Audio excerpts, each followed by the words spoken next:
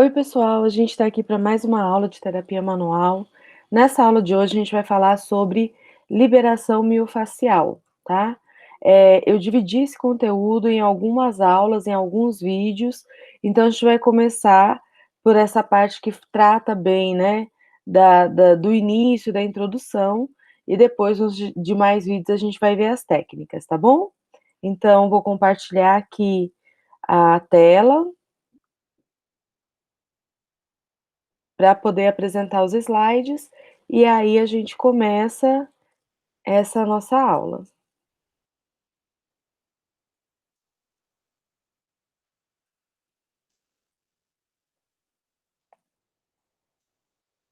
Então, pessoal, a gente vai falar sobre liberação miofascial, tá? E a gente tem diversas formas de trabalhar a liberação miofascial, mas inicialmente a gente tem que entender o que que é essa estrutura, né, miofascial.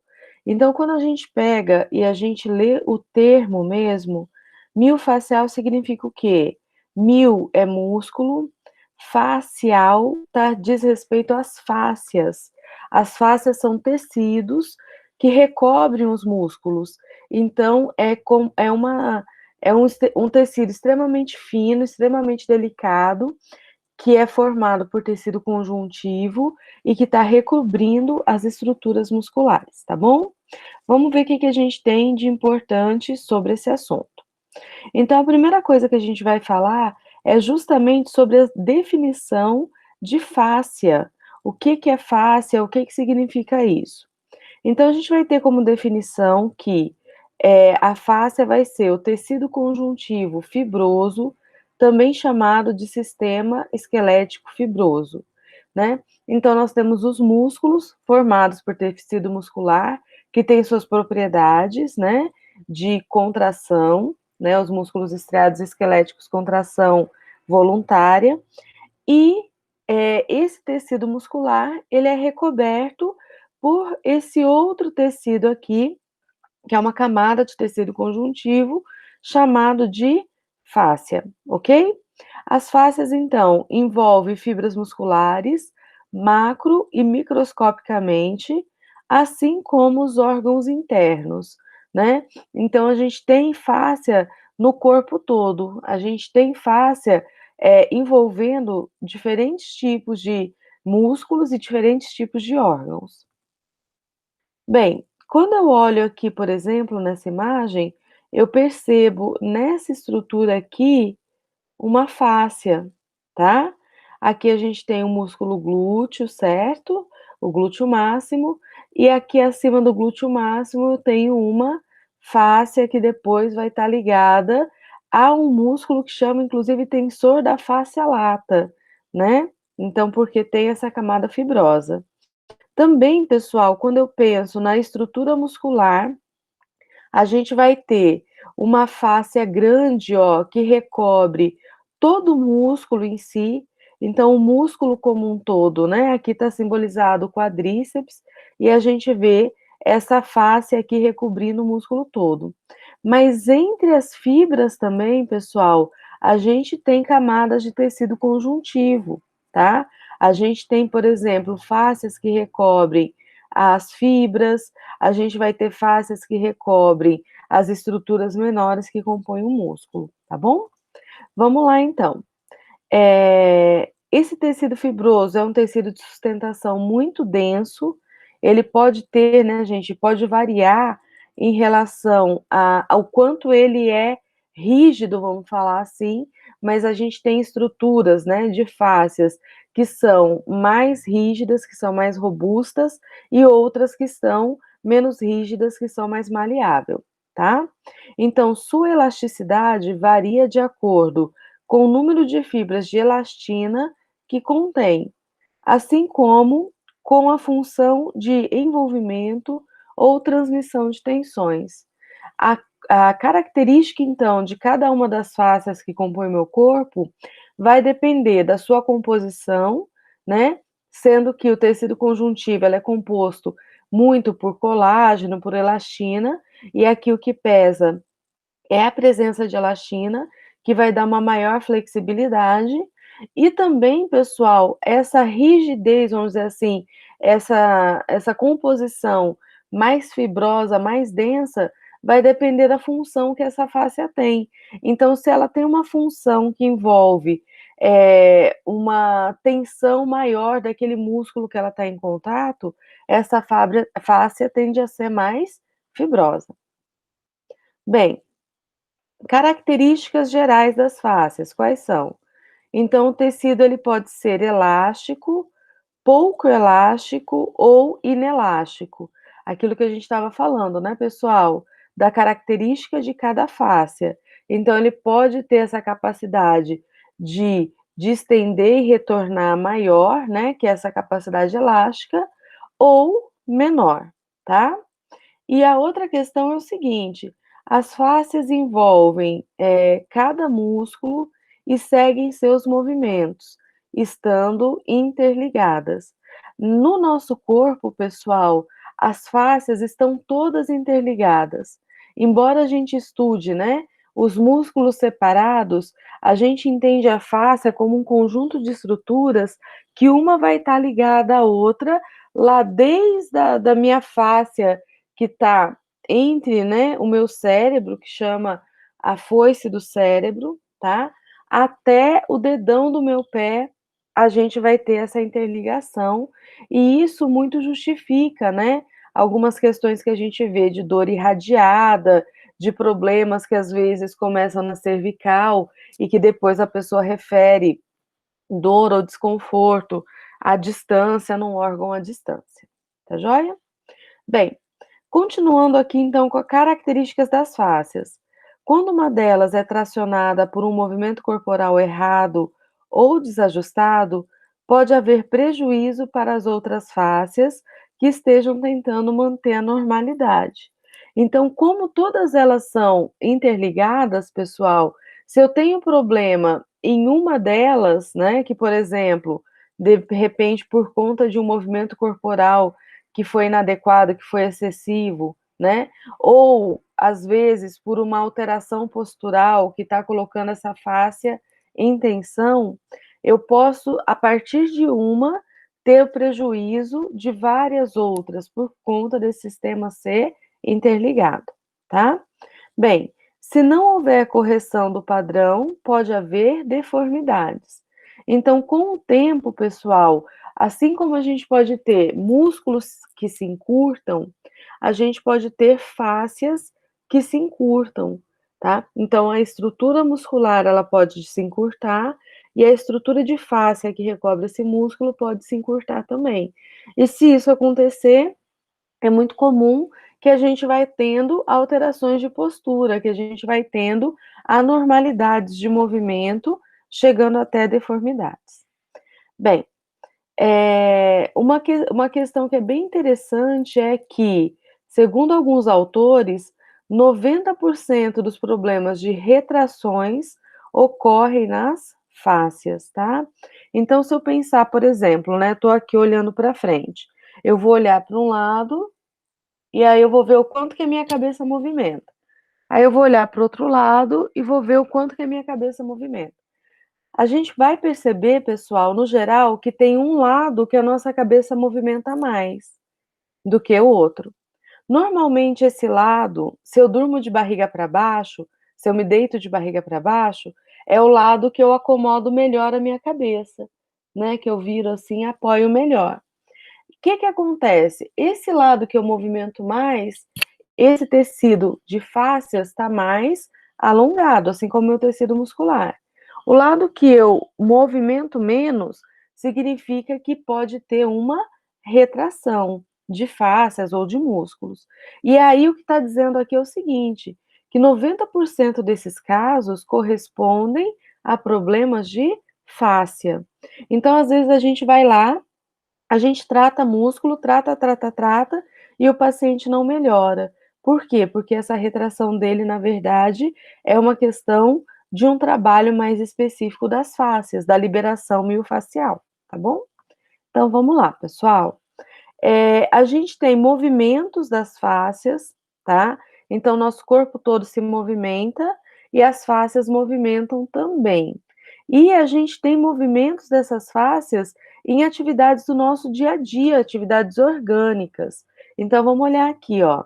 As fáscias estão interligadas e dependem de outros movimentos do organismo, como a ventilação pulmonar. Então, quando a gente está respirando, a gente tem um movimento de fáscias grande, né? Na região do nosso tronco, do nosso abdômen, e acaba influenciando as outras. Também ocorrem movimentos das fáscias durante a sístole e a diástole, que são os batimentos cardíacos, e também relacionados ao fluxo do líquido cefalorraquidiano, o fluxo do líquor, tá? Então, a gente vai ter fáscias, pessoal, como eu disse para vocês, lá do cérebro até a pontinha do dedo do meu pé, e elas estão interligadas, e à medida que a gente faz movimentos orgânicos, elas vão se movimentando, tá? A gente pode trabalhar muito, gente, por exemplo, as questões da fáscia, trabalhando respiração, porque sístole e diástole a gente não controla, né?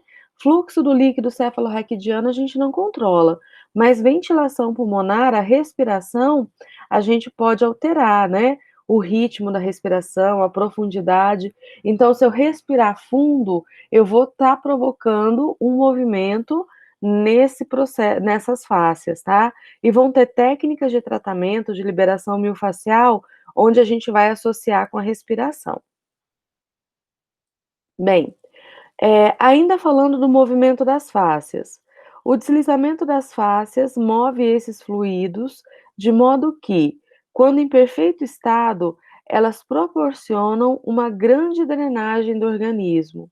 Então, pessoal, todos esses líquidos ligados, né, a sístole e a diástole, que é o sangue, a respiração, que vão ser as pressões, na verdade, que o sistema respiratório vão impor sobre o tórax, abdômen, e o fluxo do líquido cefalorraquidiano vão ser influenciados por esses movimentos da fáscia.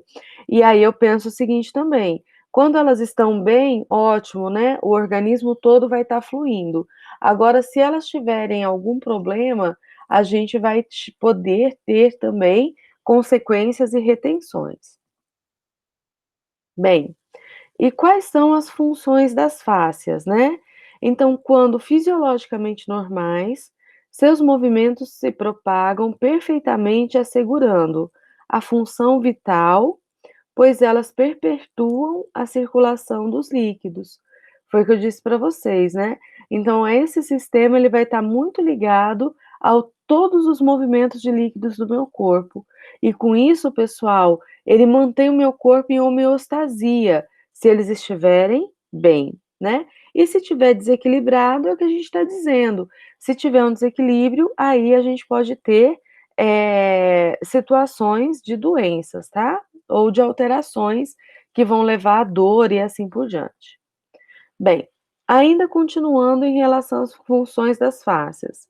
As fáscias influenciam a coordenação motora, já que estão ligadas aos músculos, tá?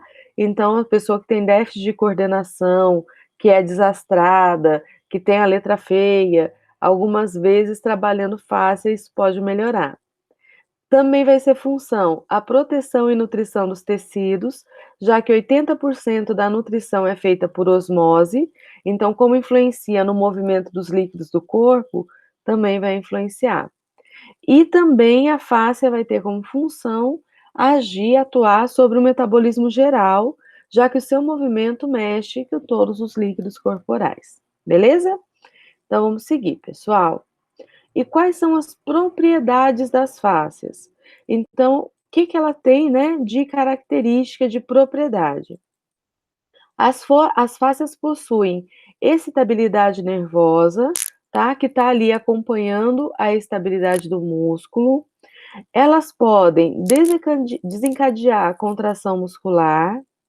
Elas podem manter a elasticidade de todo o tecido conjuntivo e elas possuem uma tonicidade própria, um tônus próprio, que é aquela característica inicial que eu falei para vocês, de algumas serem mais densas, outras serem mais elásticas.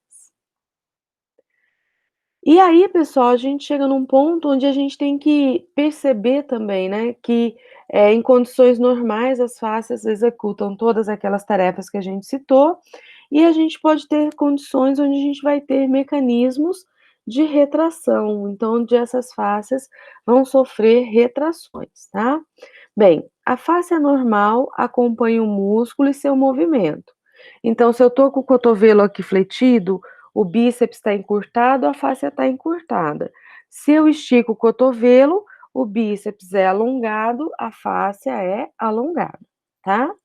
Bem, se ela se contrair, né, sem acompanhar esse movimento, começa a encurtar o músculo, que passa a ficar então em função dela antifisiológico. Então, aquela fáscia, se ela tiver uma retração, ela não vai permitir com que o tecido muscular tenha essa capacidade, né, de esticar e retornar, e encurtar. E aí, pessoal, a questão é o seguinte, ó, face encurtada vai ser igual a músculo encurtado, que vai ser igual a deformidade postural ou segmentar. Lembrando que essa deformidade aqui pode ser uma tendência que a gente tem de ficar com a cabeça mais torta de um lado ou do outro, pode ser até uma deformidade da coluna vertebral, que inicia com umas retrações e que depois pode se tornar estruturada, pode se tornar óssea, tá? Como as escolioses, as hipercifoses e assim por diante. Bem, e aí, pessoal, uma outra questão que a gente vê aqui, né, agora que a gente já falou das fáscias e que a gente entendeu que elas podem se encurtar, é que muitas vezes esse processo todo pode desencadear uma síndrome dolorosa, tá? Então, esse processo de problemas nas fáscias e nos músculos, né, que estão ligados a ela. E esse processo, ela se chama síndrome dolorosa miofacial, tá? Então, a síndrome dolorosa miofascial é uma condição musculoesquelética caracterizada por dor local ou dor referida e pela presença de pontos gatilhos. Então, parte importante da nossa aula, tá bom? Que vocês devem guardar é a questão que a gente pode ter dor local, dor referida e pontos gatilhos. A gente já vai ver a diferença, né, as questões envolvidas com esses tipos de dor. Então vamos lá, pessoal. A primeira questão é a gente entender um pouco, né, o que que é a dor. Dor é uma sensação perceptível e subjetiva de etiologia variada que cria impotência funcional, medo, comprometimento psicológico e que se traduz na diminuição da qualidade de vida do ser humano, sensibilizando e afetando também seus familiares, tá? Então, gente, a dor é uma sensação subjetiva que tem múltiplos fatores que podem causar e que potencialmente geram uma disfunção, gera uma perda de função, gera um medo, gera diminuição da qualidade de vida, gera diminuição da capacidade de movimento, então tudo isso está ligada à dor, tá? A intensidade da dor será percebida de forma distinta entre cada sujeito e pode ser modificada pela personalidade do indivíduo. Então, quando a gente fala que a dor é subjetiva, é porque a minha dor é minha, né, pessoal? A sua dor é sua. Eu não sinto a dor que você sente. Então, essa minha interpretação dessa dor pode ser maior ou pode ser menor, tá? E aí a gente também tem essa questão, a duração, localização e frequência da dor são facilmente identificáveis, mas não intensidade característica da mesma. Então consigo muito bem identificar, quanto que dói, né, por quanto tempo dói, onde está essa dor, qual é a frequência dessa dor todo dia, toda semana e assim por diante. Mas as questões de intensidade, pessoal, é muito subjetivo e é característica também, né? O que que eu entendo como característica dessa dor? Se é uma dor empontada, agulhada, lacinante, latejante, é uma interpretação minha, né, que pode ser diferente da sua interpretação. E então a dor é um sintoma que acompanha essas questões, essas alterações miofaciais. Só para a gente entender um pouquinho, né, qual é a epidemiologia da síndrome miofacial. Então, está presente em 53% da população que refere dor musculoesquelética, 85% das pessoas com dores nas costas, 54,6% das dores crônicas de cabeça e nuca, 55% das dores orofaciais, que muito ligados à DTM, e idade mais frequente entre 30 e 50 anos, tá? Então essa é a característica que tem. Essa dor essa síndrome miofacial, muito ligada às pessoas que têm dor musculoesquelética, tá joia? Bem, e como que pode ser, né, essa dor? Então essa dor ela é muito variável e cada paciente sente de uma forma, mas a gente pode ter dor profunda, tipo pressão ou queimação contínua numa região restrita, piora com o uso da musculatura envolvida, com distúrbios de sono, que muitas vezes acompanha esse quadro, com estresse e com tensão emocional. A dor se intensifica ou aparece com a estimulação de pontos gatilhos e pode ter a presença de dor referida, tá? A gente já vai detalhar essas questões. Então, pessoal, uma questão que eu tenho é a dor local. A dor local é o quê? Dói nesse local aqui. Eu identifico esse local da dor e aí a gente palpa e a gente encontra, por exemplo, um ponto gatilho, um trigger point, uma tensão muscular. Uma outra condição que eu tenho se chama dor irradiada. A dor irradiada geralmente é uma dor que está ligada a uma lesão do sistema nervoso, tá? A uma compressão nervosa. E aí, pessoal, embora, por exemplo, o problema esteja na coluna, aqui a gente tem uns exemplos, essa dor se irradia para outros pontos. Então, por exemplo, uma lesão na altura da vértebra L1 pode provocar dor nessa região lateral do quadril, da pelve. L2, a dor ela pode descer um pouco mais aqui para a perna. L3, a dor pode ser mais localizada na região adutora. L4, a dor localizada na região medial da perna. E L5, a dor é localizada mais na região lateral da perna. Então, a dor irradiada é isso. Eu tenho um problema que está na coluna vertebral, por exemplo, né? Que geralmente irradia de nervos, e aí a pessoa, na verdade, ela refere dor nessa região lateral da perna. Aí você examina a região lateral da perna, não tem nada que justifique essa dor ali. Mas a hora que você investiga a coluna, você vê que tem um problema na coluna, tá? Então, pessoal, a dor irradiada, essa dor de nervo que a gente disse, é uma dor que corre e que acompanha o trajeto nervoso. A dor referida, ela já é diferente. Ela não tem essa característica de compressão nervosa.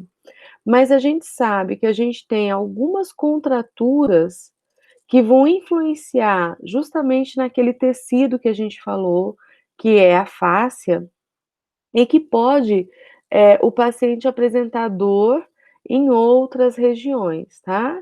Então aqui está tendo um exemplo, ó, de contraturas, trigger points no músculo glúteo médio. E aí esse paciente ele pode sentir dor na região do glúteo, na lateral da perna e que vai se estender, tá? Vai se direcionar para baixo. Ou se nossa dor fica restrita realmente a essa região do glúteo, tá? Às vezes essa dor ela é mais posterior e assim por diante. Então, pessoal, o que que vai acontecer aqui? Quando a dor for irradiada, acompanhe o trajeto nervoso. Então, eu vejo lá, né, eu estudo o nervo, vejo por onde o nervo passa e essa dor acompanha.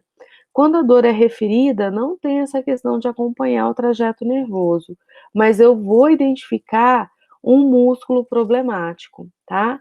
E aí a gente tem diversos mapinhas na literatura, vou apresentar alguns para vocês, que tratam justamente da dor referida, da gente ter trigger point em determinada região, da gente ter um músculo tenso em determinada região, e esse músculo tenso provocar uma alteração à distância, tá? Uma dor à distância. Bem, examinando ainda a síndrome miofascial, possíveis causas. Então, tem muitos fatores que podem estar envolvidos, pessoal. Olha só: deficiência vitamínica, disfunção endócrina, personalidade, genética, sobrecarga aguda ou microtraumas repetitivos na execução de atividades diárias ou de trabalho, estresse prolongado ou sobrecarga da musculatura antigravitária decorrente da adoção de posturas durante a execução de atividades de trabalho ou lazer, acidentes automobilísticos, como chicote na região cervical, que está ilustrado aqui, e estresse emocional. Então, a síndrome miofascial, ela pode ter relação desde aspectos emocionais, tá? Que vão provocar alterações nessa estrutura, né, do músculo e das fáscias, deficiências nutricionais, deficiências de vitamina, que também prejudicam a função fisiológica, né, o funcionamento fisiológico, até traumas, né, pessoal, sejam traumas graves, grandes, né, como o nosso acidente automobilístico, sejam os traumas que a gente chama de microtraumas, que são os traumas repetitivos, aí no nosso dia a dia, na execução de trabalho, durante o nosso estudo, durante as nossas atividades. Bem, continuando então, agora a gente vai ver características da síndrome miofascial. Quais são as características? Então, gente, geralmente essa síndrome, o paciente apresenta dor difusa em músculos ou grupos de músculos, dor regional em peso, queimação ou latejamento, surtos de dor e referência de dor à distância, e às vezes há queixas de parestesia, que é formigamentos, tá? Sem um padrão neuropático. Então, lembra que eu falei para vocês da dor neuropática, que é aquela que acompanha o trajeto do nervo? Então, às vezes, o paciente refere parestesia, né, esse formigamento, esse incômodo, mesmo sem ter esse trajeto, esse comprometimento nervoso, tá? Bem, é possível também identificar banda muscular tensa palpável, contendo pontos gatilhos, que são aqueles nódulos musculares que muitas vezes a gente palpa aqui, né, principalmente nessa região de trapézio superior. A ausência de padrão de dor radicular ou neuropática, reprodução da queixa ou alteração da sensação durante a compressão do ponto miálgico. Então, muitas vezes, pessoal, a gente tem esses pontos aqui, tem vários representados, tá? Aqui nessa imagem, e às vezes a hora que a gente palpa esse ponto aqui de dor, essa dor ela muda, né? Às vezes o paciente sente essa dor intensificar, às vezes diminuir, às vezes ele fala que a dor corre para um lado ou corre para o outro, tá? Então é isso que está dizendo aqui, ó, que é reprodução da dor ou alteração da sensação quando a gente palpa esses pontos. Também é importante a gente falar nessa aula inicial sobre os pontos gatilhos, né? A gente veio falando aqui em algumas vezes já, né, dessa questão. E o ponto gatilho, pessoal, ou trigger point, vão ser nódulos que vão ser formados ali dentro da musculatura, tá?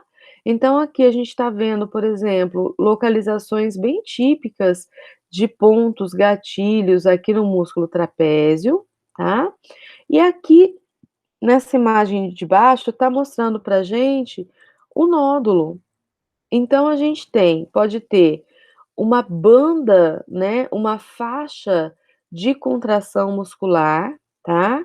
Então, vai ser uma musculatura rígida como um todo, que está representado nesse vermelhinho aqui maior, que a hora que eu palpo, eu percebo como se ele pulasse, né? Então, palpei aqui, eu tenho toda uma faixa rígida, então isso vai ser uma banda, uma faixa mesmo de contratura. E eu posso ter o nódulo no meio desse processo.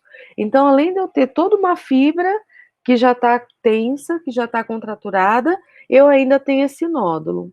Nesse nódulo, pessoal, o que que acontece?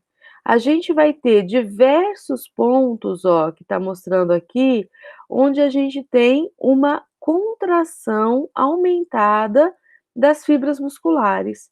Então, a gente está vendo, né? Nessas partes que estão só os quadradinhos, as fibras musculares normais como elas são, tá? E aí, a hora que a gente chega nessas partes que são mais escuras aqui no desenho, a gente vê esse excesso de contração, essas fibras contraturadas, né? Essa contração normal, que você pode perceber que retrai o tecido que está ao redor, tá? Retrai o tecido que está ao redor e que forma o chamado trigger point, tá bom? Então, pessoal, guardar isso. A gente pode ter a banda, a faixa de contratura, ou o nódulo, ou os dois, tá?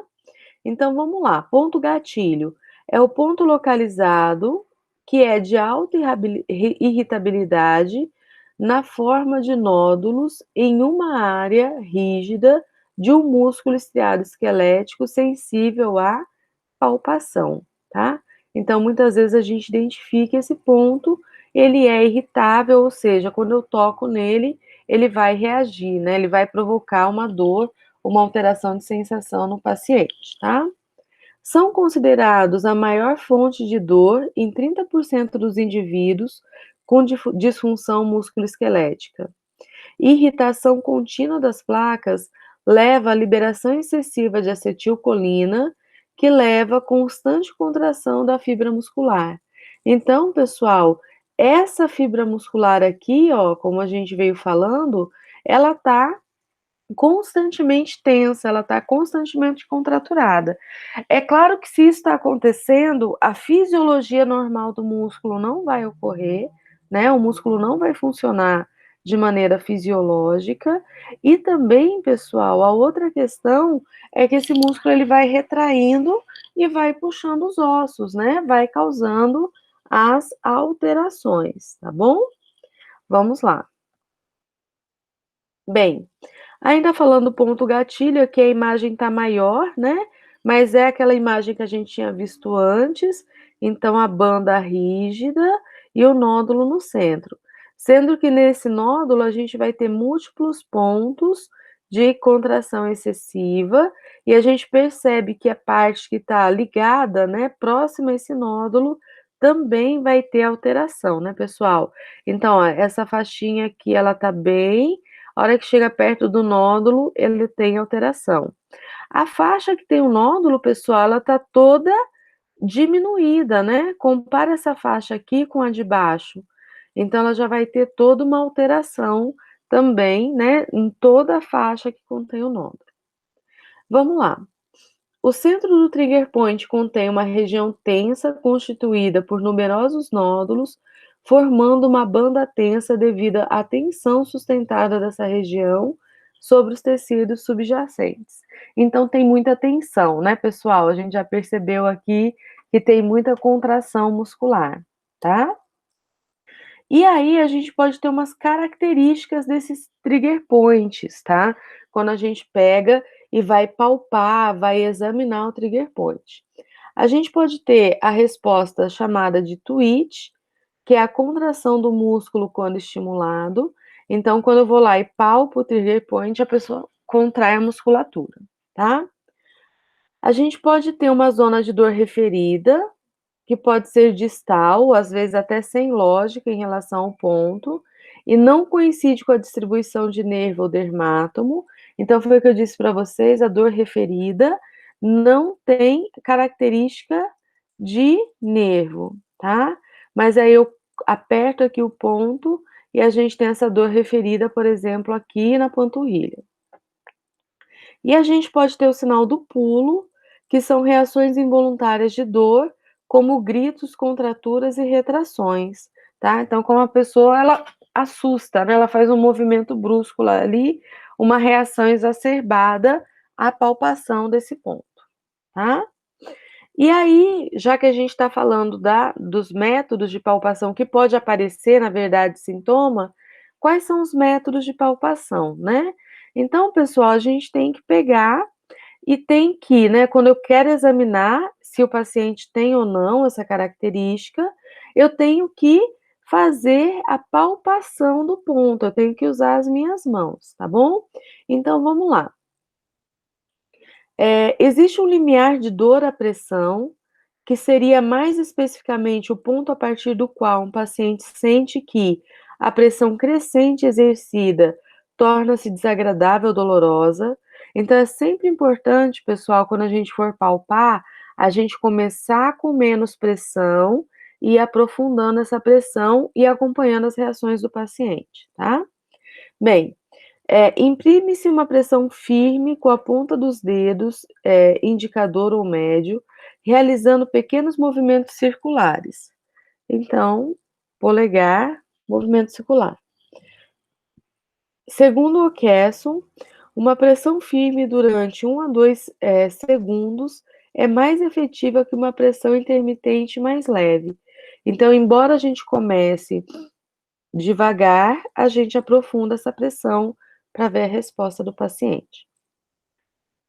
Para esse exame ser efetivo, o músculo palpado tem que estar em estado de repouso. Então, quando eu for palpar essa musculatura aqui, pessoal, como a gente está vendo, a pessoa tem que estar com o braço aqui relaxado ao longo do corpo, tá? Se a pessoa tiver com o braço aqui, né, elevado, eu vou estar com a contração muscular ativa e isso vai prejudicar a palpação e a identificação desses pontos, tá? Aqui tem uma classificação sobre a intensidade da dor, tá? A palpação.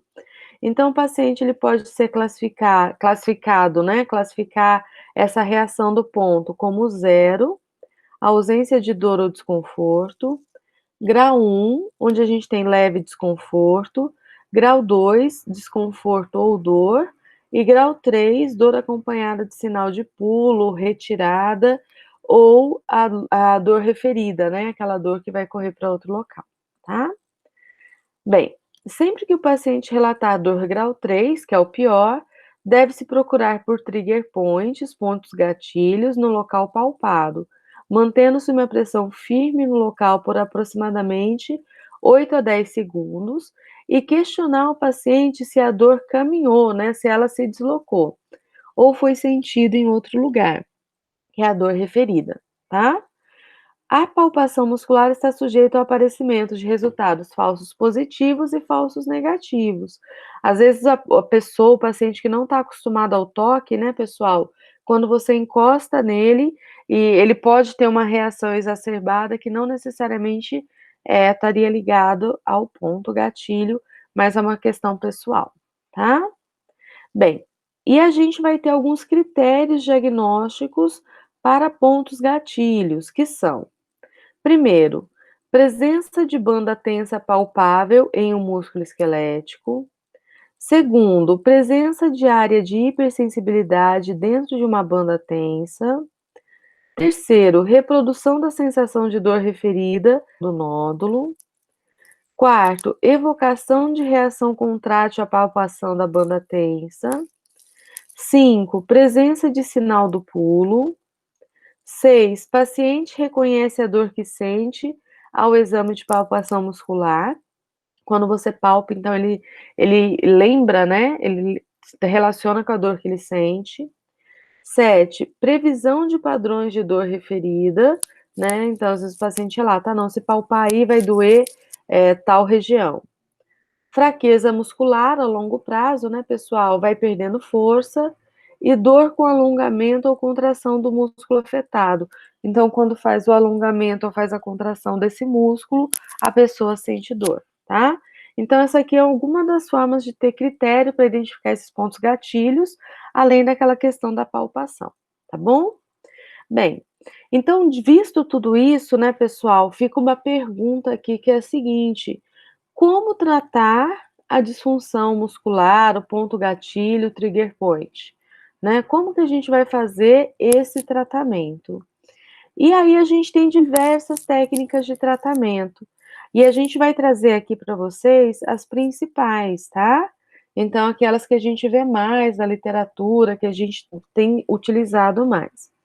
Então, a gente tem a técnica de pompagem, a técnica de Jones, técnicas de energia muscular, o dry needling, que é com agulha, e a ventosoterapia. Então, essas técnicas são técnicas que a gente pode utilizar para tratar essas condições que a gente viu, que são essas condições de tensão muscular de trigger point, tá joia? E é isso que a gente vai ver aqui na disciplina de terapia manual, na teoria inicialmente e depois na parte prática, tá? Pessoal, era isso que a gente tinha para falar hoje, tá bom? Vou ficando por aqui nesse vídeo, espero que vocês tenham gostado e até mais.